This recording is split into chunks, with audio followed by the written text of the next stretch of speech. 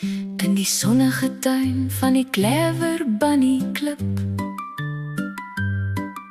het Anton Hasie vrolik rondgehop. Tussen die blomme en die bome het die son geskyn. Die skoenlappers het gedans en die voeltjies het soet liedjies gesing. Hoog in die lug, toe Anton naby die rose stop, sien hy iets wat blink tussen twee takke. O, wat is dit? Hy leun nader en sien 'n klein spinnekop wat versigtig 'n pragtige silwer spinnerak spin. O nee, 'n spinnekop. Anton hop vinnig agteruit en kruip weg agter 'n blompot. Hoekom het God spinnekoppe gemaak? Hulle is skrikwekkend.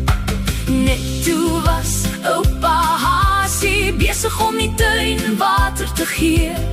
Wat is fout, Anton? Daar is 'n spinnekop daar. Hoekom sou God iets maak wat so grillerig en skrikwekkend is? Oupa Hasie glimlag sag.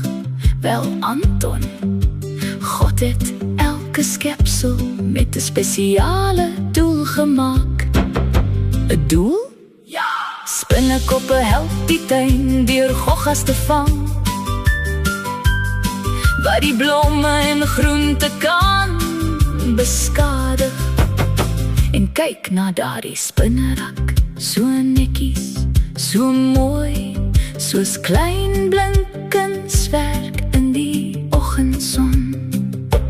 Anton loer weer, die spinnerak het pragtig geblink, vol klein druppels dou.